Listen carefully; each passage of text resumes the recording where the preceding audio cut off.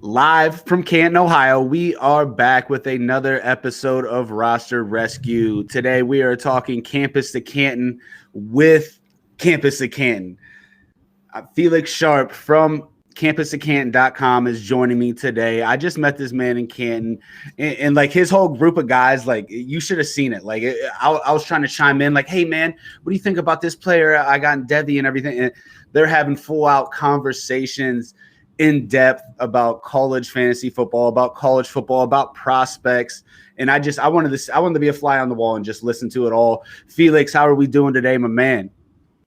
Zach, I appreciate you having me. It was good meeting you in Canton. Campus to Canton, the format is growing. We love it, obviously, at the site.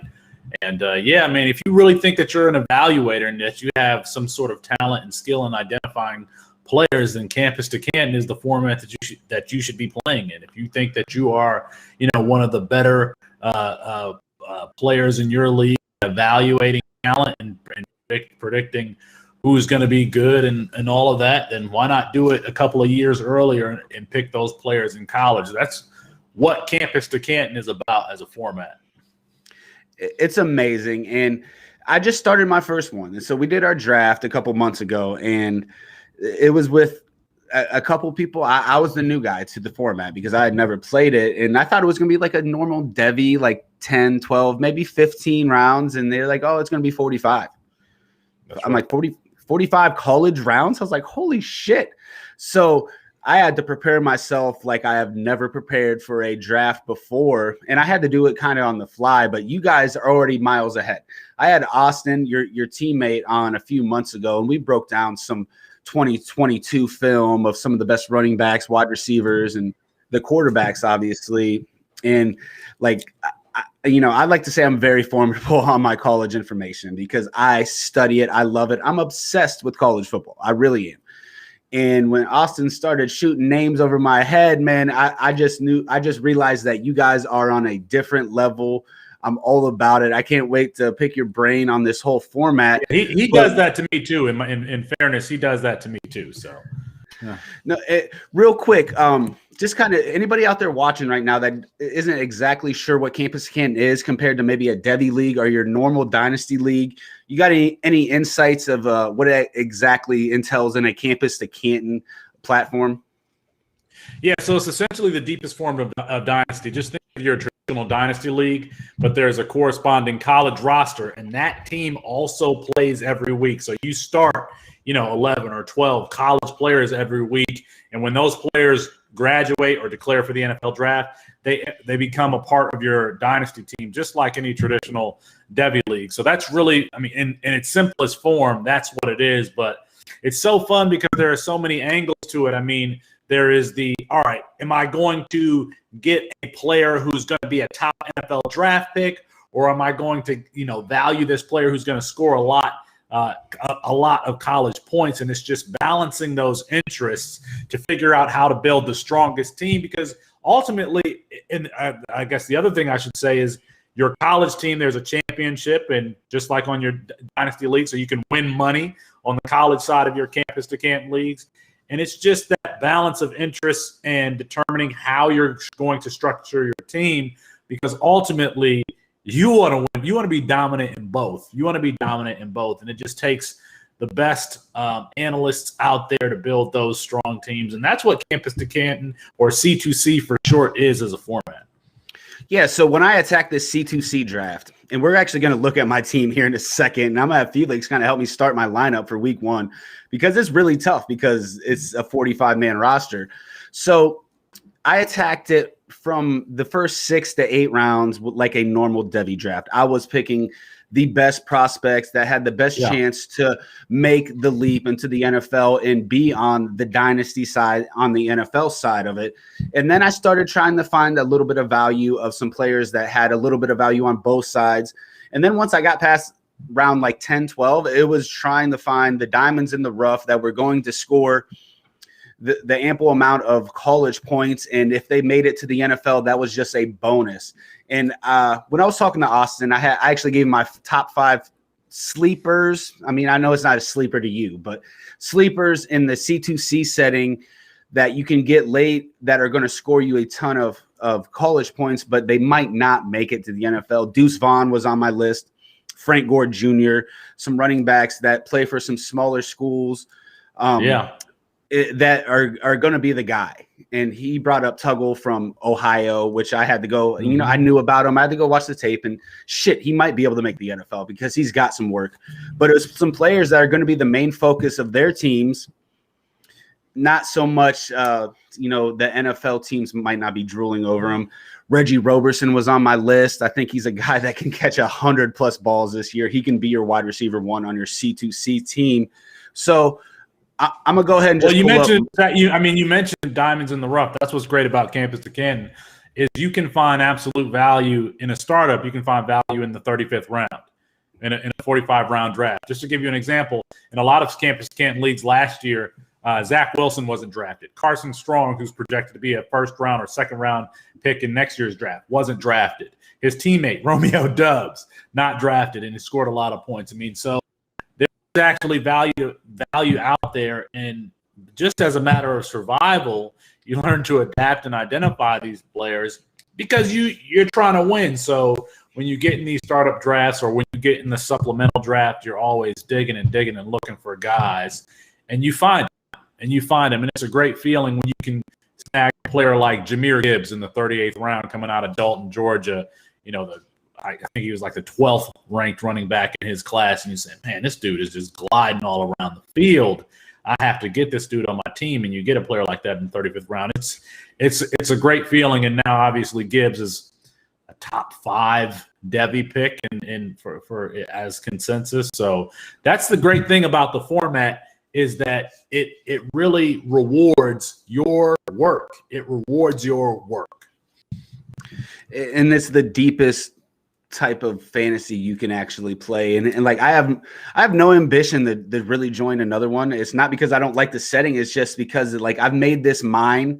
And it's not like I can join like 10 dynasty leagues in an off season, like without even trying because I'm bored. But this has so many different levels. We have the college side, and you have to get into the high school like recruiting side of it, which I don't love because you never really know what you're going to get when these players hit campus. But you have to be looking that far ahead, and then you're trying to hit the prospects that are going to make the NFL. It's lovely, man. It's awesome setting. And talking about a late dart it was actually Jameson Williams. Like I got super late in the 30s. I mean, he was kind of he showed out like 1 or 2 games for Ohio State, transferred out, and it's crazy. He left Ohio State for Alabama because the competition was too much at Ohio State because they were so loaded at wide receiver. And now there's a bunch of freshmen and Mechie there. And I mean, Jameson Williams could be the starter opposite of him. So yeah, well, Jameson Williams is a player that Alan True of 24/7 Sports, I believe, wrote the recruiting profile on him, but he's got a ton of speed. He's long, he's lanky, and he stretches the defense. He's a player that I've gravitated towards late in drafts. I absolutely love Jameson Williams. We saw how he played against Clemson last year. I know you just wanted to say that in passing, but he's a player that I really like, and I've talked about him a lot on Debbie Debate.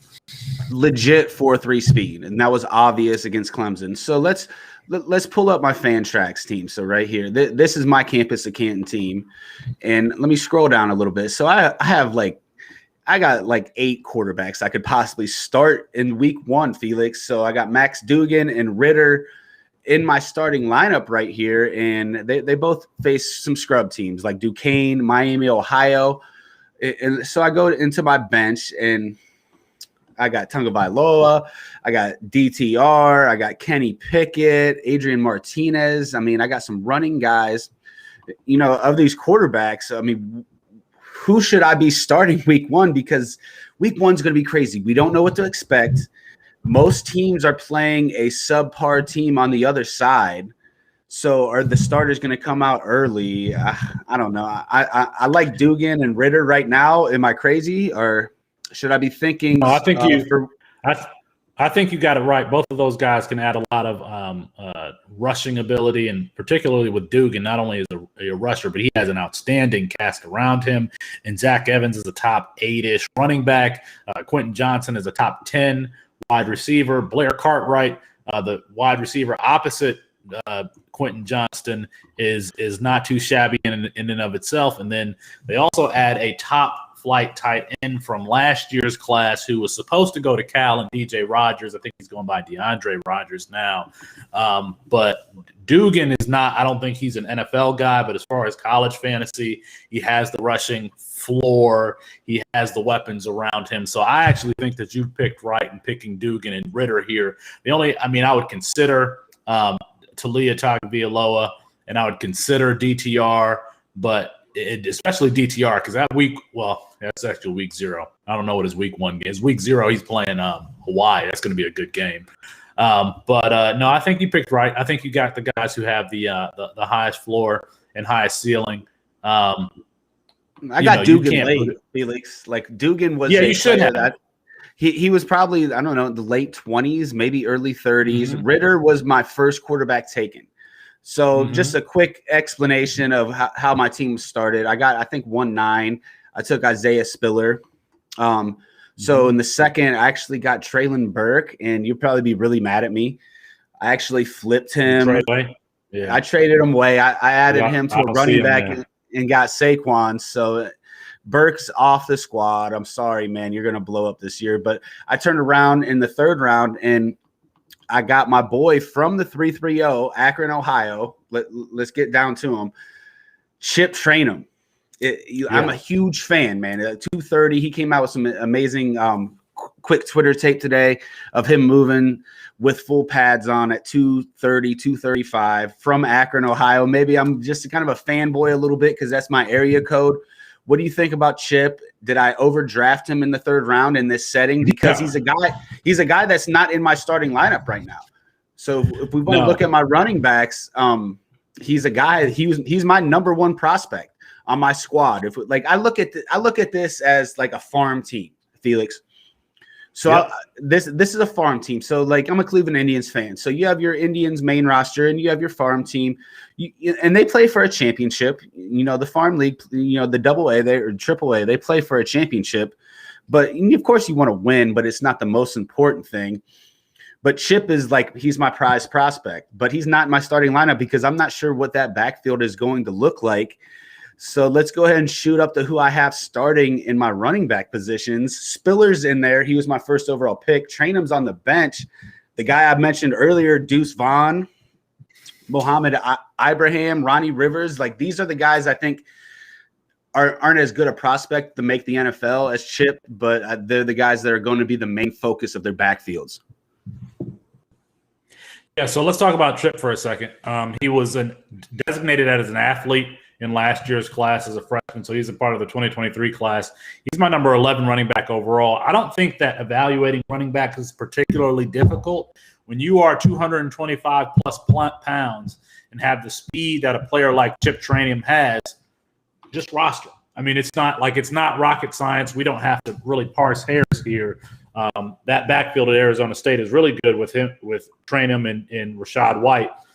And Jaden Daniels is going to run the ball too. That team might have one of the better rushing attacks in the entire country between those three. But I absolutely love Chip Trainum because he's athletic, because he has the size, and he has the speed. And quite frankly, he popped last year. They only played 4 games, but he played well in 2 of those games. And so you don't need to see that much from a freshman running back. But he's, like I said, he's my number 11 back overall. And you're going to have weeks that you can start him. You might not be able to tell because he's going to be splitting carries with Rashad White. But I think that he's absolutely, a guy who's up there as a premium player in the 2023 class. I like it, man. I didn't make a mistake, is what you're telling me. He is my guy from Akron, Ohio. I don't know how he got all the way out to the Pac-10. Big 12 was slacking. Big 10 was slacking. They should have never let him out to the Pac-12. So, well, he played cornerback. He played linebacker in high school. I mean, he was all over the place. And then, he wasn't a running back until he got to Arizona State. And so, I mean, he's a guy that they would play him at corner to play the best player on the other side of the field. So that's one thing that I've learned from Austin and Colin. If you're not listening to the Campus Life and Campus to Canton podcast, you need to be doing that. But one thing I've learned from them is that the hidden gems can really be in that athlete designation. I mean, Jordan Addison at Pitt is a wide receiver who is, very valuable right now. Another player who is designated as an athlete, Jatavian Sanders, a tight end at Texas now. Very valuable player, designated as an athlete. So, when you're looking through 24/7's rankings and you're sorting through positions, a lot of people don't go to that athlete designation and look at those guys and try to figure out what positions they're going to play. But you get a lot of value out of those athlete designations. That's a great point. I love it. You want to hear my Chip Trainum comp? And it's a player from Ohio. What's that? I thought you were going to say, I've heard a lot of people call him Chubb. Oh, I'm not going to go there. I don't know if he's as agile as Chubb. You got to go back a little bit. It's a guy that's from Ohio. It's a guy that came out, balled out his freshman season, but he was a running back, but played a lot of linebacker in high school. Warren G. Harding High School, Maurice Clarett, Ohio State Buckeye, killed my Miami Hurricanes in the national championship game. We know the end story. He reminds me a little bit of Maurice Clarett, a guy that's always falling forward, strong lower body. He gives me a little Jerome Bettis feel too, man. I'm huge on Chip Trainum, but I'm scared to put him in my C2C lineup week 1. I think Deuce Vaughn against Stanford is going to be the workhorse for the Kansas State Wildcats. If I believe I'm right, I think you're a Ronnie Rivers guy. Am I right? Oh, absolutely. Ronnie Rivers, his dad, Ron Rivers, backed up Barry Sanders for the Detroit Lions. So, yeah, I'm a big Ronnie Rivers guy. And let's talk about Ronnie Rivers Rivers out of Fresno State. He's caught he might have over 100 and something catches on his career. He's going to be a sixth-year senior. He's a player that absolutely fills the stat sheet, is going to get you 800 yards rushing, 400 or 500 yards receiving, and 45 catches or something like that. That's a high-flying offense at Fresno State. Ronnie Rivers is a college fantasy RB1. So, I would consider starting him over Isaiah Spiller, quite frankly, but you've got him in the flex spot, so that's fine. But as far as college fantasy, you don't have a lot of better options than Ronnie Rivers because he catches so many passes in that offense. And I jumped on him a little. He was a little bit earlier. This wasn't a guy I got in the 30s or anything. I got him maybe around 15 because I think he's a guy that can be a third down back in the NFL and catch 50, 60 passes like a Nyheim Hines or a James White. He's never going to be a 250 carry guy, but I think he has a role in the NFL. We've seen Demetric Felton yesterday for the Browns look really well coming out of the backfield, catching some balls. He's a better return specialist probably than Ronnie Rivers, but Rivers, he has a chance to make the leap into the NFL. But this season, he's going to be my workhorse on my C2C lineup. So, the depth at my running back is kind of thin. I'm not going to lie. I got Why would you say that? On my bench right now, Frank Gore Jr. is probably he'd probably be my 5th running back. I'm kind of thinking of starting him over Muhammad Ibrahim this week or week 1 against Ohio State. That's a tough matchup for Minnesota. What do you think about the two players? Because that's my biggest decision, I believe, on my team week 1. Well, can we scroll back up really quick because let's talk about your running backs as a whole. Got you. You've got Isaiah Spiller, you've got Deuce Vaughn, and then you scroll back down. And so those Isaiah Spiller specifically is considered to be a consensus, top 1 or 2 running back in the 2022 class. But he's also a player who's going to score for you regularly for the college side of your fantasy league. So I like that pick because he's going to be valuable as an NFL asset if he gets the at least day 2 draft capital, which we project him to do, and he's going to score for you. Then you've got Rivers, Ibrahim, and Vaughn. All of those guys are really prolific scorers on the college side. They're going to get you 30, 35-point weeks some weeks when they're playing these dusty teams. But the one name that you didn't mention was Don Chaney. Did you have Don Chaney down there? I got Don Chaney. He's my second prize possession. He's my guy that I think he's going to be the best back out of the Miami backfield. I just don't know what it's going to look like right now. So I have Don Chaney, and I have Jalen Knighton, actually.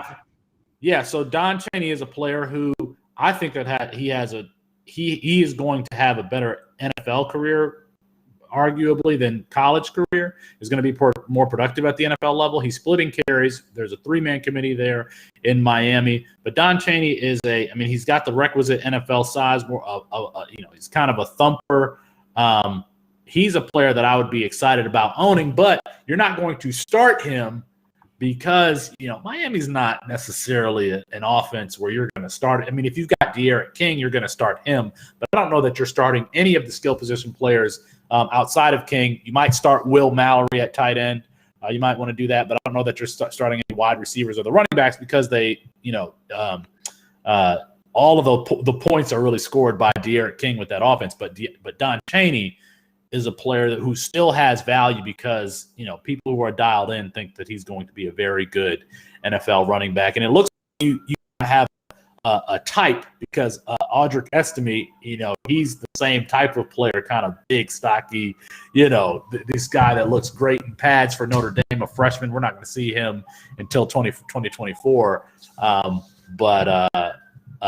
You've got a good mix of guys who could score you points and be potential NFL assets. I think the NFL assets are obviously Spiller, Chaney, and those are the main ones. And then train him, and then Chip, train him. I think Jalen Knighton has a future in the NFL too, as a third down back. Kind of like I talked with Ronnie Rivers. He's explosive. I mean, he's a guy that's going to be a legit 4-4 guy.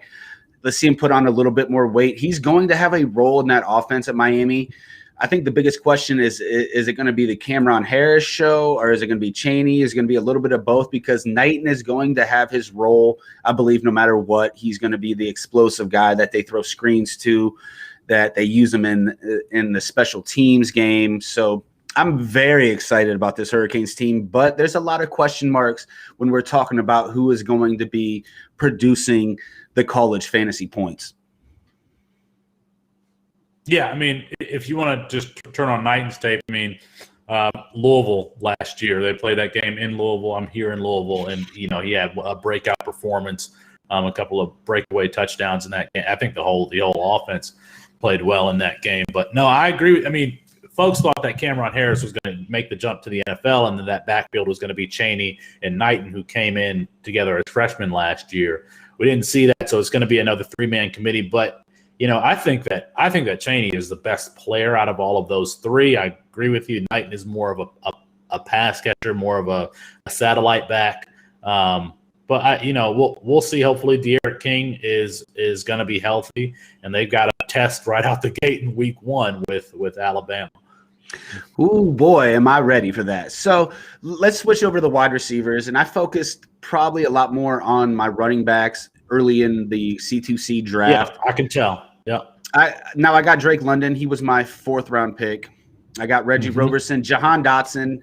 I'm not going to get too much into it because I have talked about Jahan Dotson a ton in the show. I believe he was a 2nd-round pick last year. He had a 2nd-round grade for me.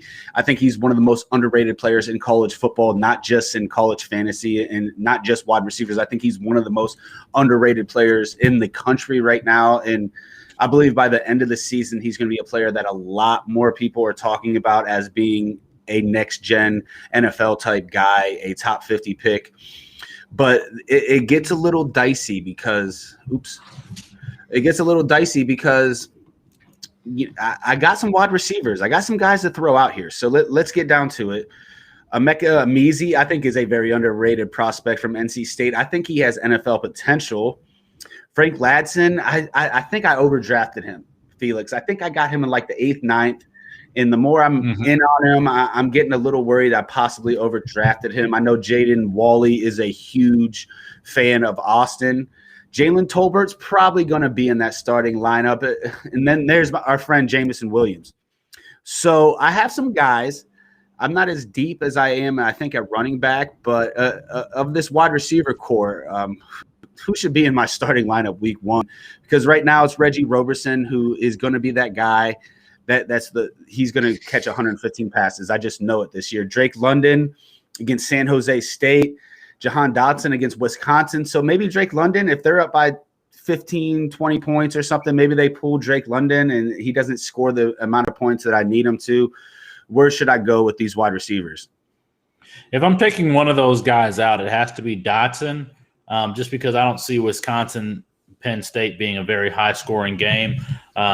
But you have some guys who have, real college fantasy upside. As you mentioned, Austin is a big fan of Jaden Walley, and you got to think that both Drake London and Jaden Walley are really playing in the same system. Jaden Walley with Mississippi State under Mike Leach, and then Drake London playing with Clay Helton, who's a Mike Leach disciple. So Jaden Walley's going to score a lot of points this year, but Jalen Tolbert, I love me some Jalen Tolbert. If you haven't watched his tape, he really reminds me of Deontay Johnson, who can just snap off routes and is going to be very productive at the G5 level. And so, Dotson is a productive player in his own right, but you may have a higher scoring game if you give yourself Tolbert or put them in the starting role. It's not going to be Jamison Williams, because Jamison Williams is going to be one of those guys who catches 2 passes for 90 yards and a touchdown. And you never know when he's going to really go off. He's a field stretcher who's going to get a few deep targets. Kearis Jackson plays way too close to the line of scrimmage. More of a slot receiver there for Georgia. But that being said, he should be a focus of their passing game, given that George Pickens is going to be out. But I'm still not starting. I don't think that you should start Kearis Jackson. I don't know that we know what we have with Frank Ladson. I know that people are high on him, and the same with Emeka Emezi. I'm just not sure what to make of those guys as prospects just yet. Understandable. I get it. I like Kearis Jackson. He's a guy in the slot, a little bit, not your normal. He's a little bit bigger. He's not 6'4" or anything like that, but he's a physical slot receiver. He's got some game, man. I think he's very underrated, especially in this format. Tolbert is a guy, against Southern Miss week 1. And, this is where you got to play matchups. It's not just like the NFL. You always start Devontae Adams, no matter who he's playing against, like, no doubt about it. But we're talking about Southern Miss versus Southern Alabama. This game could go in the 40s, 50s, and nobody would bat an eye.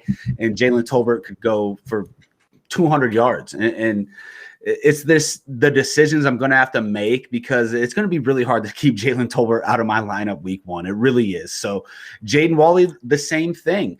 Now, I'm not 100% sold on the quarterback situation there, but Mike Leach is going to get it together. Walley is the best wide receiver on that team, and he's got some legitimate NFL prospects himself, because he had a fantastic freshman season in the SEC last year. Yeah, he did. And, Kearis Jackson is fine as a college football player, but you have other players on your roster who are, one, going to be more involved, and 2, are going to be targeted further down the field. And, Wally is kind of used the same way, but Jalen Tolbert is going to get down the field. And so, the player that I would consider sitting is Dotson. And I would, have to look really close at either Wally or Tolbert going in that starting position, because you're right. Tolbert could go for 250 yards in a game, and you want to have him in your lineup when he goes off. I like the Deontay Johnson comp. I'm a comp guy. Some people bitch about it. I'm a comp guy. I really love comping players' size, speeds, their play style, how they win. How does a player win? It's a play thing. I'm not saying that he is, but I think people understand when I say he's more like Deontay Johnson as opposed to, a bully receiver or a catch radius receiver like Mike Williams. I think people understand what I mean when I say that. But Jalen Tolbert is absolutely a wide receiver that's going to be difficult for cornerbacks at that level to stay with. He's going to be someone who gets a lot of separation, is going to be open all the time, even with double teams. Yeah, I think my man's going to be in the lineup for sure. Real quick, before we move on off my Campus of Canton team, what do you think about my tight ends? Because this is a tight end premium league, and your boy faded the position because I missed on the top 3-4 guys, and after that, I thought it was a crapshoot. I know I should have brought in more people because I only have 3 tight ends on this whole roster. Brendan Galloway, which I was pretty happy with, from Clemson. And I bring in my boy Will Mallory, who he's going to be in the starting lineup more than he's not. I promise you that. And, man, I picked up Gage Wilcox. I cannot tell you one single thing about him except he was a 4-star recruit, and he's playing for Dan Mullen and the Florida Gators. I'm going to have to get some tight end depth somehow if I want to truly compete at the campus side of the campus of Canton. But what do you think about those 3 players, I guess? Tell me something good about Gage Wilcox, actually. I don't know anything about Gage Wilcox. I can tell you that Will Mallory was one of the more athletic tight ends in his class when he came up. If you just Google the ESPN recruiting page he's a player who had one of the highest spark scores, lowest 40 times. He's been hurt, but he's a player that Corey Pieria of the Debbie Deep Dive is really high on. He kind of blew up Mallory's spot a little bit. It seems like the players that score the most points at the tight end position, and I'm talking about at the NFL level, they're just elite athletes. I mean, they're 99th percentile athletes, size, adjusted speed, catch radius, agility, all of that stuff. And that could potentially be Will Mallory. He's healthy this season, or he should be healthy this season.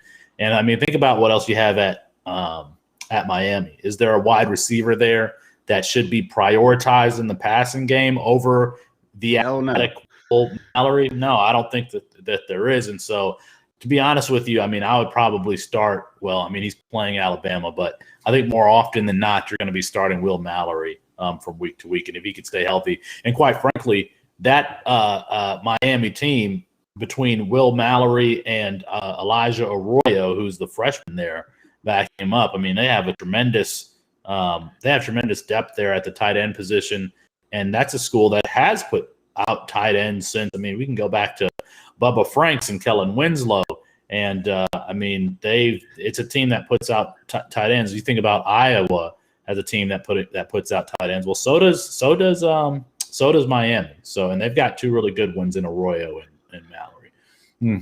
Let's not leave Jeremy Shockey and Greg Olson out of the mix. Shockey, yeah. Greg Olson, yeah. I couldn't think of all the names, but yeah, absolutely. Goes back Bubba Franks. I mean, we have put out some amazing tight ends. Jimmy Graham, I mean, he played 1 year as a basketball player, but it's something about these Miami tight ends. And Will Mallory is most definitely one of the most talented guys. He averaged 15 yards per catch, so he's not just he can run after the catch guy. He's got some athleticism. He has the size. He needs to stay healthy. They're going to need to rely on him because you're exactly right. There's not a go-to guy. We have about 12 wide receivers. I don't know who's the number one. Mike Harley would probably deserve the most attention in this format. I think he's going to be the leading target getter on the offense. But after that, I mean, Keyshawn Smith is a guy that I think could emerge to be the number one big play threat on the team, or it could be Jeremiah Payton actually just left the team. So, I mean, Michael Redding is a guy I actually have on this squad, a big physical wide receiver that we need. We have a couple slot guys. I mean, it's Miami. They're always going to have speed. So Mallory. I just want to, this is how I kind of scout players. I mean, I try to get as much information on them as I could, and I thought I was remembering some of this stuff correctly. So Will Mallory, when he was coming out in 2018, he does the opening and he has all this athletic testing. He ran a 4.68, and the fastest player that season was Tommy Tremble, who was just drafted by the Carolina Panthers at a 4.63. So really good speed. He had the best power throw at the opening of 43. The best power throw. He had the best spark rating was 114.21. His was 104.25. So a very good, just a very well-rounded athlete, and that's as a freshman. You got to think that he's experienced some growth since then. He's just going to be a big player that's hard to deal with. I bet you that he's in the 240-pound range. He's probably running a 4.6 somewhere in there. This is going to be an athletic player who's difficult for ACC linebackers to cover. I love to hear it, and we need it, man. I'm ready for the U to be back on the front page of the college football scene. I mean, it's sad. College football is better when Miami, Florida State, these teams are at the top of their game, and you just haven't seen it. in so long. I mean, so long. Alabama, I just want to compete week 1. I want to deserve to be on the same field and then see what happens in the third and fourth quarter. But we got to move on. So we're going to play a little game. I'm going to ask Felix to predict the future a little bit. But before we get to that, I just want to hear any Devy C2C sleepers that are on the tip of your tongue right now that you would like to share with some of the viewers. Yeah, I was actually just tweeting about this earlier today, and people were asking about the 2023 class specifically. A lot of those guys haven't played, but there are still guys that I'm gravitating towards in my campus to Canton drafts. Again, it depends on what you mean by sleepers, because I can give you guys who haven't played and won't play until next year. One of those players is Hunter Deckers, a thick, meaty quarterback for Iowa State who's backing up Brock Purdy. Brock Purdy, yeah, backing up Brock Purdy. And if Matt Campbell stays there at Iowa State, that's going to be a very good offense. Hunter Deckers scored a rushing touchdown, threw a touchdown last year. He still has 4 years eligibility because he retains their eligibility from last year. He's just a player that I really like because he has the requisite size. He's mobile at that size, 235 pounds, 6'3", 235 pounds. He had the record in Iowa for career passing yards as a high schooler. He's a player that I really like, and I try to get him on all of my campus to Canton leagues because he's just not a player that people are talking about because he hasn't played. He's going to play next year. Brennan Presley, a small Tutu Atwell-ish wide receiver for Oklahoma State who's going to play the slot there, absolutely went off against your Miami Hurricanes, 180 yards, 2 or 3 touchdowns. He's a player that I'm really, really into. Troy Amire, the 6'5", 230-pound wide receiver out of Texas who's been banged up, but I've written an in-depth profile that's pinned to my Twitter page. But he's a guy, I mean, we talk about comps. He reminds me of Mike Williams, someone who you can just throw in his zip code and he can snatch it out of the air. So, off the top of my head, those are some of the sleepers per se that I've gravitated towards. But, I'm sure I could think of some more if you. I love that you brought up a quarterback from the Big 12 because I was not leaving at least without one quarterback from the Big 12, and oh my God, we're talking 3, 4, 5 years there. Might not even be a Big 12. So let's not get on that subject, please, because that just will start to piss me off. But I love to bring in these Big 12 players because they just throw the ball around there left and right. Scores are constantly in the 40s and the 50s. It might not be the player that's going to be a top 5 pick in the NFL, but if he's a guy that's throwing for 400-plus yards every week in your campus side, that's going to score you a ton of points. So I love it, man. That's exactly why. Well, let me throw one. I mean, there are some other players that I don't consider them sleepers because I have had them ranked highly all along. But you talk about a player like Raheem Rocket Sanders out of Arkansas, who's getting a lot of buzz right now. He's running back 24 for me, and he's been like that since we launched the website. He's a freshman running back who's 6'2", 225 pounds, who has a receiver background, is now playing running back. I mean, that is the mold of that's David Johnson's mold. That's Antonio Gibson's mold. And now he's going to be the number 2 running back to Traylon Smith. And so that's not someone I consider really a sleeper, but if you're not paying attention, a player like that could really sneak up on you, and his value could absolutely explode this year. You talk about Chip Trainium from last year, who's a guy who kind of came out from nowhere. Well, Rocket Sanders is a similar guy playing there for Arkansas, a spread offense that's going to score a lot of points. He's a big, fast receiver, and you know what? They gave him number 5. They gave him number 5 at Arkansas. That's a big deal for people who don't remember Darren McFadden. Run DMC, baby. One of my favorite running backs ever to come out of the SEC. It's a damn shame he didn't have a great NFL career. He didn't do too shabby, not too bad. But McFadden, wow, coming out of Arkansas, I love those teams. Felix Jones, Peyton Hillis, what a backfield. I love to hear it. I love the sleepers, and I know there's no such things as sleepers when you're talking one of the main guys from campus of Canton, because you guys are just so in depth. But Thanks for sharing a couple guys. I mean, I'm writing them down. I'm gonna have to try to get them once waivers open up on my C2C. Let me give you one more name. One more. Okay, I just let's do it. One more. One more. Because this guy really is a sleeper, but he is so fun to watch. He's not an NFL player. Out of I always get UCF and USF mixed up, but he's with USF. There's a running back who's about 5. You talk about Deuce Vaughn. He's Deuce Vaughn's size, even smaller, but he might be the fastest player in college football. His name's Brian Batey.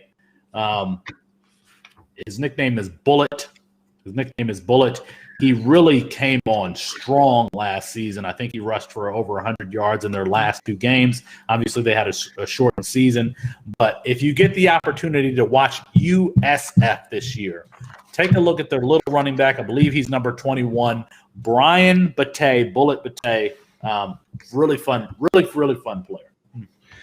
So go get Rocket, go get Bullet, go get Mercury, go get anything that sounds like that. So Brian Batey right here, 5'8", 170. I'm looking through my Phil Steele magazine. So, and this is how I kind of find some of my steals, because you got to go really in depth on depth charts because stuff happens so fast. A running back gets hurt. You got to know the backups and the backups to the backups, because I mean, it's how it goes down in college. You never know what's going to happen, but you have to be prepared, and nobody's going to be more prepared than you guys over here. So Felix, we're about 40 minutes in, so about 10 more minutes of the show. And I want to have Felix Sharp from campusofcanton.com. I want to go and have you predict the future a little bit. Let's go all the way, jump in your time machine. Let's pretend like it's December 2021 and we're at the Heisman Award winning show. Who is Felix Sharp's Heisman winner for the 2021 season? I mean, I feel like the chalk answer here is Spencer Rattler, and I would pick Spencer Rattler. If you had to give me over/under on 40 touchdowns, I'd take the over. I mean, there are so many weapons on that team the ones that I don't think are going to have a big role, but Jadon Hazelwood, a former 5-star prospect who can, play your contested catch game. They've got a couple of deep threats in Mario Williams and Mike Woods, the transfer from Arkansas. And Marvin Mims Jr. Marvin Mims was already there.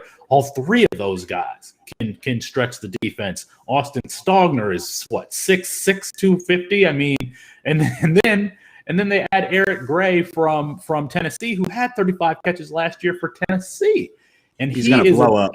He's an absolute dimension that I don't think that we've seen Lincoln Riley use before. And you saw him line up in the slot and line up everywhere in the spring game. I think Lincoln Riley's going to have a lot of fun drawing up plays with this. I mean, there are so many weapons there. I think that Oklahoma is going to put up numbers similar to that 2019 LSU team, which was like the best offense that college football has ever seen. Joe Burrow throws 60 touchdowns. Joe Brady goes to Carolina. Dave Aranda gets taken by Baylor. I mean, I think that that's the type of season that we should be thinking of for Oklahoma, unless Oklahoma's defense is just so good that they don't need to score that much. But I've got Oklahoma, going all the way this year, and I think that includes Spencer Rattler being the Heisman Trophy winner and Spencer Rattler being the number 1 overall pick to the Houston Texans. Damn, you really mapped it out. I love to hear it. So it's so hard to predict these, and I know I put you on the spot a little bit. Spencer Rattler is the favorite. Oklahoma is one of the favorites, if not the favorite, to win the national championship. They have a pretty easy road to slide into the Final Four. So we're going to transition directly into that. Felix, I'm putting you on the spot. What's your Final Four, my man? Well, my final 2, let's start there, is going to be Georgia and Oklahoma. I've got Oklahoma winning the championship. I think I said that. But I just think Georgia has so much coming back. I think they can beat you in a number of ways. Their wide receivers haven't been healthy this spring, but I think that eventually they'll get back. But I think I'm really high on Zamir White, higher than consensus. I think that he's a very good back and has really recovered from injury. I think that we saw what his potential was starting at Missouri last year, and then had some kind of just ridiculous runs versus Cincinnati in that bowl game, and then even in the spring game this year. Just was really fluid, catching the ball out of the backfield. Anyway, I mean, Georgia has 3 running backs that can beat you. They have 2 wide receivers in Burton and Arian Smith who can take the top off the defense. They had Eric Gilbert there. Eric Gilbert's not there. DeAndre Washington, Darnell Washington is not going to play in week 1, but they have 2 really good tight ends. And then Keiris Jackson, it kind of reminds me of Jason Avant of the old Michigan days, someone who can just kind of who's going to be solid and reliable. So I think Georgia can beat you in a number of ways. So I'm going to take Georgia, even though their health is a concern to me going into that Clemson game to start off the week. So I've got Georgia. I'll probably take. All right, I'm going to do this. I'm going to take Cincinnati, Georgia, Oklahoma, and I guess it's got to be Alabama. Wow. So one of those teams loses the SEC championship, but still makes it, is what you're calling here? Still makes it. I get it. And Cincinnati, that means I was going to say Iowa State, but Oklahoma has to run through Iowa State. And because Iowa State has a lot of returning players also. But I think that Georgia and Alabama make it. So let's take 2 steps back. So when we're talking about the Heisman, first of all, Cincinnati, that means they beat Notre Dame at Notre Dame in week. I think is it 6. They also Jack have led Notre Dame. Hey, and I've heard you talk about this man right here. They have to play at Indiana before that. Cincinnati, if they go undefeated through this schedule, they absolutely should be in the top 4. I don't know if they can, man. That Indiana team is tough. But say they do. They go undefeated. And say Georgia does go undefeated, or at least makes it into the Final 4. One of my sleepers for the Heisman is JT Daniels for the Georgia Bulldogs. He really impressed me when he came back last year, and obviously wasn't 100%. And I really wish he would have been 100% from the start of the season. And I think we would have saw a different Georgia team throughout the start, because they finished really strong and he looked really well and they have the weapons. And I was drooling thinking about Darnell Washington and Eric Gilbert on the field at the same exact time. Now it looks like neither of them are going to be there. So that takes a dimension out. And George Pickens isn't going to be there. So this is a team that is, wow. I mean, they could have had an NFL squad out there for JT, but I think he's still going to have a great year. There's still so many. I mean, there are so many wide receivers. If they could just talk about Jackson, healthy. Burton. Yeah. I mean, Marcus Roseman. And if anything, JT's probably going to have to do a little bit more. Maybe he gets a little bit more of the credit. I think JT is a huge Heisman contender that nobody is talking about right now. If he has a big week 1 against Clemson, watch out. It could happen really fast, kind of like Joe Burrow, Mac Jones. He's a guy I think that could easily get into this 22 draft class and be maybe the 3rd quarterback taken. And it could happen very fast with him because they have a huge game against Clemson. And I think Ritter needs to be in that category a little bit too. If this team goes undefeated, beats at Indiana, beats at Notre Dame, he's going to be in consideration for the Heisman Trophy more than likely. I'm not sure he's maybe going to be efficient enough or maybe have the stats that, at the end of the season, he might not have a marquee matchup like a SEC championship game or anything like that to put him ahead. I'm not saying he's going to win it, but I would not doubt if he's the type of player that could be in discussion at the end of it. So I guess that's going to translate into, first let me pick my 4. So you did not have a Big Ten team in there. You did not have a Pac-12 team in there. No. So you're calling for maybe Ohio State to get beat up a little bit in between in the conference, or maybe against Oregon. Yeah. I mean, Pac-12. I agree with you. USC is probably the most talented team, but they always seem to get tripped up somewhere. It always happens. And Clemson, I mean, even if they lose to Georgia week 1, they're going to be a huge favorite the rest of the season, including the ACC championship game. So Clemson has to be in my 4. I also have Georgia in it. I'd love to say Miami, man. I'd love to say Miami, but I don't think we're going to beat Alabama, so I'm going to have to fade off them. I love this Texas A&M team. if there was ever a year to knock off Alabama and Nick Saban, it's this year. And I love Bryce Young. It's not about the quarterback play. The wide receivers, is he going to be able to trust? The running backs are going to have talent, but we've seen the story before. Chase Sanders, that was a 5-star guy, and he didn't end up being the player that they thought he was going to be. The offensive line had the reboot, and they lost a lot of people on defense. And I know it's Alabama, but man, if Texas A&M can get the quarterback position right, that is a team that is locked and loaded. What do you think about that? Well, they got to get the quarterback position right. I don't know that we know what Haynes King is. But we'll see. I guess technically he's a freshman, and I don't even know who the guy he's competing with. But yeah, Texas A&M, they've got the SEC is tough. The SEC is tough no matter which way you come through, and you got to score a lot of points in that league, and I just don't know if they can. I mean, it's a team that's going to rely on Isaiah Spiller, and can Isaiah Spiller have a Heisman Trophy type season like Derrick Henry to kind of push Texas A&M into the Final Four? I think those are the questions with that team. That's real quick question. Let's predict the future on the Doak Walker. Do you think Isaiah Spiller is the front runner for that? Because he would definitely be my front runner. That's a good question. I mean, I think that you have to consider either Isaiah Spiller or Breece Hall. I mean, who would be the third? Maybe Kyron Williams. Eric Gray, man. You just talked about Eric. You just talked about Eric Gray. He's going to walk into 1,500 total yards easily on that offense. With Hazelwood and Mims on the outside, Rattler running around. I mean, you're not going to be able to focus on the run. Plus, they can't play the run in the Big 12 anyway. So Eric Gray is going to put up fantastic stats. I don't know if he's going to get the recognition because of Rattler to be able to win an award like that. I think it's Isaiah Spiller, Breece Hall. I mean, it's all the main guys.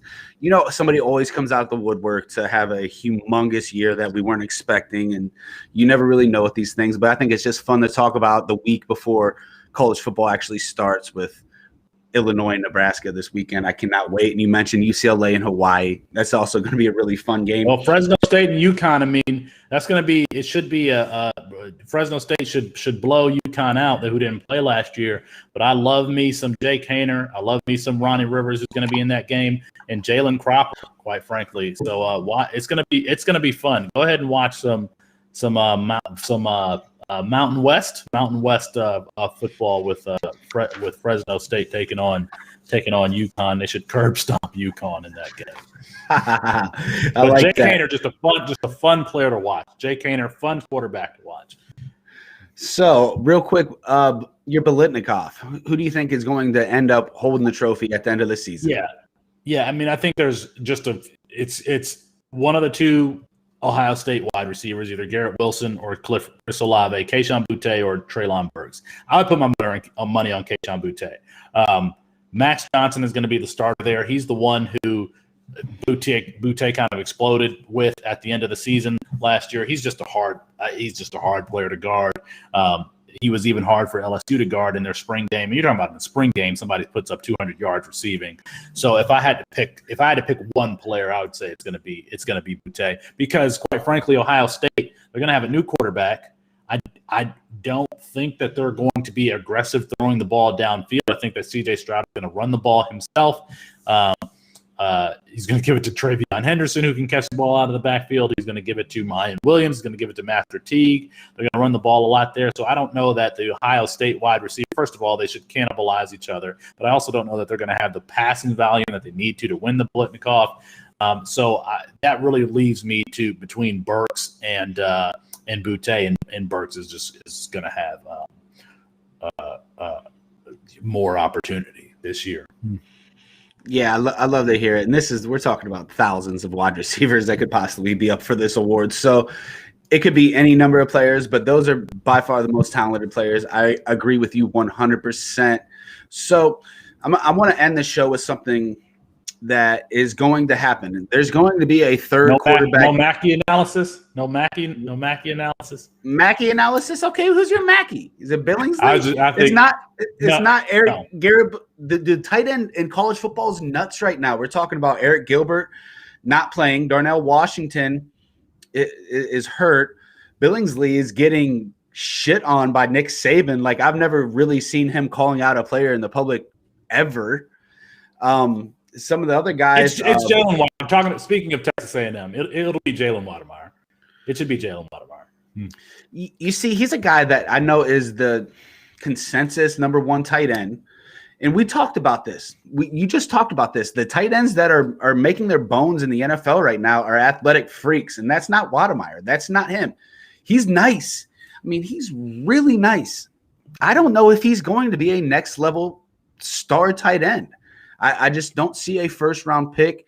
I don't see the athleticism. Tight end's a position that I think it means the most for during the scouting combine, because it's when the athletic freaks kind of emerge, and you can it's usually a position that you didn't play since middle school.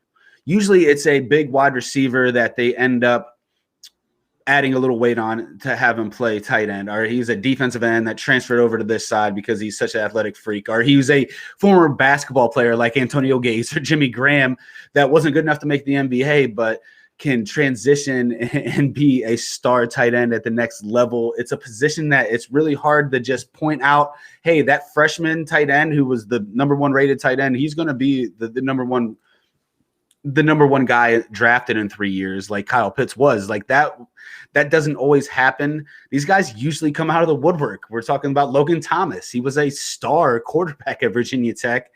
And, 5-6 years into the league, he ends up being a very serviceable tight end. So it's a crazy position to scout. I don't disagree with you. But we're talking about the Mackey Award itself. I just think that Watermeyer is going to be the most productive player at that position, and so I would kind of lock him in as far as winning the Mackey. I will say this: if you're scouting Isaiah Spiller and you're watching all 22 of, and you're right, Watermeyer doesn't have any verified testing that we can find. You can look at DeviWatch, you can look at ESPN recruiting. He just doesn't have any verified testing, and that scares me off. That scares me off. When you turn on the All-22 film and you're looking at Texas A&M, Watermeyer stands out. He stands out because he catches the ball downfield, and that's what I want to see from a tight end. But I agree with you. I do have concerns with his athleticism.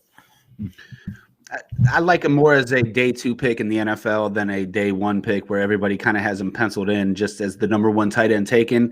I would not be surprised if something happens and someone else is the first tight end. I don't really have a guy I'm pinpointing right now, but these things kind of happen at the tight end position. I like old boy from Iowa State to possibly come home and win the Mackey because he's Charlie the focal Cole. I was surprised. Yeah, I'm surprised he didn't come out last year. I thought he could have been possibly a 3rd-round pick, maybe a 4th-round pick, but he came back to Iowa State. Matt Campbell, he coached here in Stark County, Ohio, so I'm familiar with him a lot. Great, fantastic coach. I mean, they could sign him to a lifetime contract and it wouldn't be long enough. I don't know how long he's going to stay there, but there's an awesome culture they're creating there, and he wanted to come back, so I'm not going to hate him on that at all. So he would be my choice to win that Mackey. So to my last point, my final statement, my final point we're going to get to with Felix, because we're about an hour in, and this has been probably my favorite podcast, man. I love this stuff. College football just hits a little different. It's just a little bit more intense, and it's happening this week. Like, I'm going to be able to turn on Illinois against Nebraska, and it's going to be like, it's the most wonderful time of the year. It's not Christmas. Christmas, I'm sad because college football is ending. Early September, late August, man, it's Christmas time for me, and I'm opening the presents. So I want to predict the future one more time. We're going to go all the way to April 2022. And there's going to be at least 3 quarterbacks drafted in the first round. I promise you. Any bet in the world.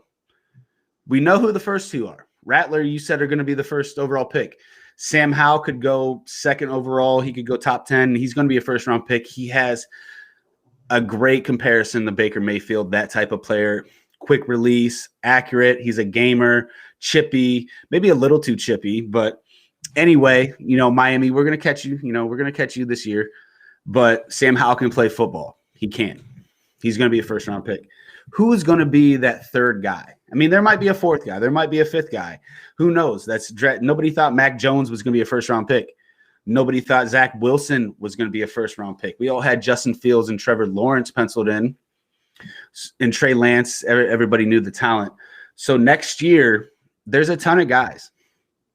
Malik Willis, Desmond Ridder. You mentioned Carson Strong. I mentioned JT Daniels, Kendon Slovis, just to name a few. There's a couple other guys out there with potential. Who is going to be the third quarterback drafted in the first round next season? I think it's between two guys. I think it's between Matt Corral at Ole Miss and Carson Strong, who I've already mentioned. Both of those guys are just, between very good and great arm talents. Carson Strong doesn't offer you the mobility that you would traditionally see, but man, is he aggressive throwing the ball downfield. He has a very strong arm. I love me some Carson Strong. And then Matt Corral is just a creative passer who can make all kinds of throws. That's why he, has these games where he's throwing 4 or 5 interceptions and even more interceptable passes, is because he just has no fear as a gunslinger. He is a player that will, roll right and throw all the way back across his body to the left. And so if Strong's development from his, redshirt freshman season to his redshirt sophomore season was so exponential, if he can take another jump, I think that he is going to be locked in for a top 15 pick. And apparently that's a very decisive opinion because he doesn't offer anything as a rusher. Whatever. He has some elite traits. And then the other guy that I would put my stake in is Corral. If he can take the jump, limit the turnovers, playing in that Lane Kiffin offense, is just a really productive player who can make every throw that you want to. I mean, a quarterback's got to check some boxes, and it's like mandatory that they be able to throw that 20-yard out. They just that 15-yard dig and hit it, and both of those players can do that. Just really good arm talents for a 2022 class that isn't as strong as we've seen, but the need for quarterback at the NFL level hasn't lessened any. Those teams still need quarterbacks. Quarterbacks are going to be the value is going to be driven up the board. Guys who you wouldn't think would be first round picks are going to end up being first round picks. But I think Carson Strong is just a really good player. Oh, he's past his time. I've heard that he can't run the ball. He's heard that. No, I think he's going to be just fine in the NFL. I think that he's somebody who can come in and I saw him by the Draft Network. Had him mocked to Denver at like 15. Just imagine Carson Strong with Jerry Jeudy and Cortland Sutton and Javonte Williams. I mean, that would be the perfect scenario for him. Quite frankly, you could see Carson Strong fall to the middle of the first round to a team that has pretty much everything it needs to be a contender, like Denver, like Washington. And you could see him have really some success because he could fall to a position where the franchise is stable and just needs that last piece at the quarterback position. So Carson Strong, Matt Corral are the two that I'm looking to be taken after Howell and Rattler. Now, I can't get that far into it. Carson Strong is a statue in there. He's got the prototypical size and arm. It's the game tape is like it looks fantastic, but when you dig into the old 22 film, like you were talking about it, is he making, how is he reading a defense? How he can make the throws. Can he dictate the pocket? Can he dictate the pre-snap reads? And this is huge for almost every single college quarterback because it was the big knock on Justin Fields. He didn't have the pre-snap reads because the coaches make all the pre-snap reads for you, and it's either you either throw to this guy, you throw to that guy, or you start running because you're Justin Fields and you're 4-4 guy. Obviously, Carson Strong isn't that guy. So in this day and age of the NFL quarterback, I don't know. I have to see a little bit more. He's somebody I want to dig a lot more into. I'm not going to lie. I'm a little bit behind on the Carson Strong tape to say you're absolutely crazy. He wouldn't be first on my list. Matt Corral he's all over the place. We're talking about 4 or 5 interceptions in a game, but he's the quarterback that probably looked the best against Alabama last season. I mean, he looked better against Alabama than Justin Fields did. Now, it was earlier in the year, but they put up some major points on Alabama that you don't see usually. And now Elijah Moore is gone. His number one target, we're talking about a player that's 4 or 5 yards deep on the corner almost every single play. He's not the prototypical guy at all. Size, what is he, about 6'1", 200 pounds or so? Yeah, something there. Yeah. He's not going to be the prototypical guy. I think a lot of people are seeing a Zach Wilson, and I think that can get a little tricky. Not everybody is what they look like. I'm going to have to see it again. Lane Kiffin is a awesome play caller. He was scripting up some plays where some guys they were wide open. I mean, it was nice. It was great. But then you seen when he's thrown the ball over a little bit too much. So he's going to have to tighten that up. I don't see first round talent with him, but I've been wrong before. So there's going to be a guy, and I've looked into Malik Willis, and he's a guy maybe in this campus at Canton setting that's going to score a ton of fantasy points this year. I don't know if he's going to be the next guy over. To me, it's 2 guys, and that's not the 2 guys you mentioned. And it just shows the craziness of this 22 draft for the quarterback position, because to me, I look at Kendon Slovis and I look at JT Daniels. Now, I know I was knocking Carson Strong a little bit for not being able to move around, and these guys aren't the most mobile guys either. I like the way Slovis dictates the pocket, though. We've seen him be able to get in and out of the pocket and throw on the run. JT Daniels is just oozing with talent. I know it's kind of funny because Slovis kind of kicked JT out of there and he goes down to Georgia, but I loved what I saw last year. And when he's in the pocket firing the ball, he can still move around a little bit. He was not 100% last year. I think you're going to see a more athletic JT Daniels. He's a guy that can sit back and rocket the ball. He can make those 20-yard out throws, Felix. You know that. He can handle the pocket, and I love his swagger, and I love his persona that he's been there, done that. He's kind of been beat up. He had the transfer. We've seen this left and right. These 5-star quarterbacks that have to leave the school that they signed with and go they get the rug pulled out from underneath them, and they almost have to reboot themselves. Kyler Murray left, and I mean, Joe Burrow maybe wasn't the 5-star recruit, but he had to leave Ohio State for another situation. So I think JT Daniels got the rug pulled out from underneath him. A guy that's still he started as a 17-year-old freshman at USC. He's the guy I'm calling for a humongous year, and he could go down the same road as the Mac Jones and the Joe Burrow ahead of him on a fantastic team. Now, when you're playing with a fantastic team, it's a lot easier to look great. He's just the guy that pops out to me. Slovis has it. Slovis does a ton of things well. I mean, a ton of things well. But he has a C- arm. I mean, he has like most Mike Leach quarterbacks. Yeah.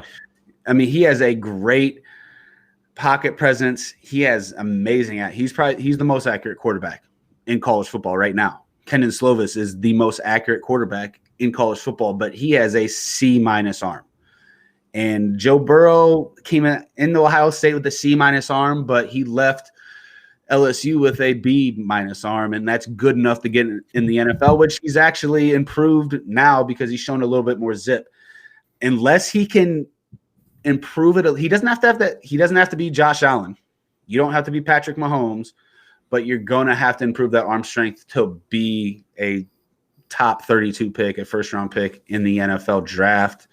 But that's just my opinion, man. There's a ton of guys that are floating around. I mean, Jaden Daniels from Arizona State, a team we talked about a lot earlier with Chip Trainum, and they have a whirlwind of bullshit going on right now with Herm Edwards and the kind of behind-the-scenes stuff.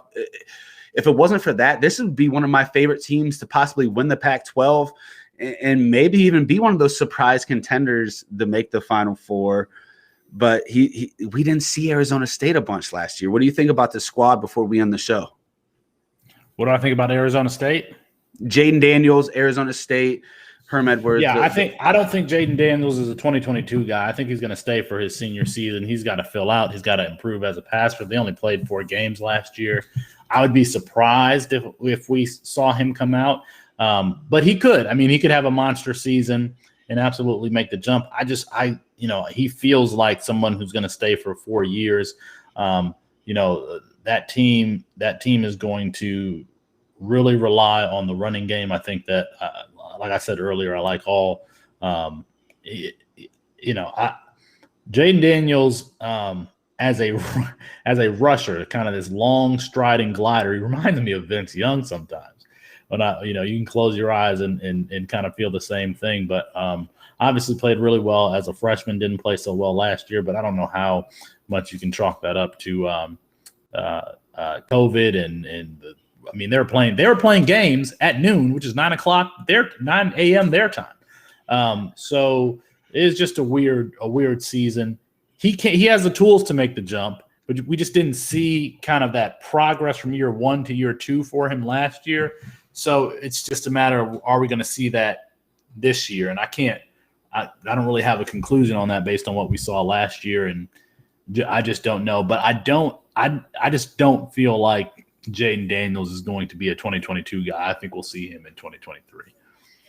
I agree for the most part, for sure. A guy that we're just going to have to see a bunch more. What do we think about JTD? Do you like Daniels? Am I out my mind a little bit? No, I do like JT Daniels. I like the fact that, we've got kids who are opting out of high school and going straight to college. Like you said, JT Daniels just graduated when he was 17 and came in at USC and started as a 17-year-old freshman. He's got, he's not a dual threat himself either, kind of slow-footed. And I don't know. I mean, I know that they throw the ball all around the field down there. I just don't know enough yet to know whether or not he is. I feel like when I watch Carson Strong, I see NFL throws. I don't know yet that I see that with JT Daniels. I just don't know yet. Understandable. Maybe that could be because I haven't studied him, but I'm not sure. Understandable. There's not a ton of tape on him, so I'm projecting a little bit forward because this is a question you have to project forward with, because it's the 2 quarterbacks and then it's everything else for the 2022 draft. Felix, this has been so much fun, my man. Real quick, Chris writes in and he says, Chris Robin, I don't know if you know him or not. He says, ask Felix how he truly feels about the Detroit Lions in 2021. Quickly, Felix, what do we think about the Lions? Of course, I know Chris because I'm a lifelong Lions fan, and I've had Chris just on to talk about old Detroit Lions games, including like 1998 when they beat the Rams team that won the Super Bowl because Jermaine Crowell caught a 4th and 27. Anyway, I think that I did not like the coaching hire in Dan Campbell. I don't know that anyone was clamoring to get Dan Campbell as their head coach. I do like some of the players that they're bringing in, how they're building the team. This is a team that could not stop the run, and they brought in Levi Ozarike out of Washington in the 2nd round. They get Penny Sewell in the 1st round at pick 6, and Sewell is considered to be just a rock solid tackle prospect starting off at the right. And the offensive line was already a strength of theirs. It was. So it looks like they are building, from the inside out, which is how I prefer to build a team. And then what would be great is if they were bad enough to get a 2nd, 3rd overall pick and somehow, maybe you have Kayvon Thibodeau that goes number 1 or number 2 overall, and they can get either Rattler or Howe and really start to rebuild there, because I just don't know that Jared Goff is going to be anything other than a bridge quarterback without Sean McVay giving him the plays. But you've got you got Frank Ragnow, Taylor Decker, Penei Sewell up front. You got DeAndre Swift in the backfield. If you could add a quarterback, if you could add a wide receiver, I hate their safeties. I hate their linebackers. I hate their D line. So there's a lot of work to do there. But it sounds like Dan Campbell's not going to be able to see the whole thing. I mean, the way he came out biting kneecaps and punching people in the face or whatever. I mean, it was entertainment for me. I'm not a Lions fan. If I was in your shoes, I would be kind of like, hey, man, it's when you're Chris a head is coach. so positive, though. Chris is, I mean, you think when you hear him and he's got this radio voice that he would be, some kind of hard dude, but Chris is so kind and so optimistic and so positive. He's not as jaded as I am as a Lions fan. It's hard, though. I mean, I'm here around Cleveland Browns country. I'm not a Browns fan, but it's hard. We're talking about teams that have never been to a Super Bowl. The only two original teams that since the era of the Super Bowl have never even played in one single game. So the Browns and the Lions. It's tough. It's tough, man. And I applaud everybody. And the Browns finally turned it around. The Lions, they need a ton of work because Stafford, he was a Band-Aid for a lot of bad shit that was going on there. Route is as old as segregation. 1954 Brown versus Board. 1954, the last time the Lions win a world championship. I think they were playing at Tiger Stadium at that time. So, shit. Hey, you got a Pistons one though, so you got that in 2004. So I'm sure you're relishing that. So Felix Sharp from campus at Canton. Real quick, tell these people where they can find you other than on Roster Rescue today, and then we're going to go ahead and just call it quits tonight, brother. At Sharp Review on Twitter. You can find me on the Debbie Debate. It's just every Wednesday, or you just go ahead and Google the Campus to Canton podcast feed. Let me plug just one thing. Starting this Saturday, August 28th, we're going to be doing 2 shows to bookend your college football Saturday. We're going to have the tailgate in the morning where we just kind of get you ready for the college football Saturday. And then the recap show, I'll be hosting that. We don't know what it's going to be, the late show. The time might change given when that primetime game ends. But we're going to do a recap show to figure out whose value increased and decreased and who are guys that just popped in the performances that day. So go to the Campus to Canton YouTube page and subscribe so you can check us out once we start going live with those shows. And check it out. These guys are the best, and I cannot wait to check out those shows. And we're talking a recap show. College football to me, it starts at noon, and we're talking watching Pac-12 games to 12:30 to 1:30 to almost 2 a.m. And then sometimes there's like a Hawaii game that starts at 11:45 p.m. Eastern time that goes into 3 in the morning, and I'm sitting there trying to keep myself open because that's how obsessed I am with college football. It is a 15-hour day sometimes watching college football, and I love every second of it. And I think the boys over at Campus of Canton, they're the only ones that love it as much as me. They're the only ones that can talk over my head. So if you want to talk college football or listen to college football, you need to find these boys, Campus of Canton. Felix, thank you so much for coming on the show. We're going to call it quits for tonight. Hopefully we can have you on again soon, okay? Appreciate you. Thank you, Zach. Yep.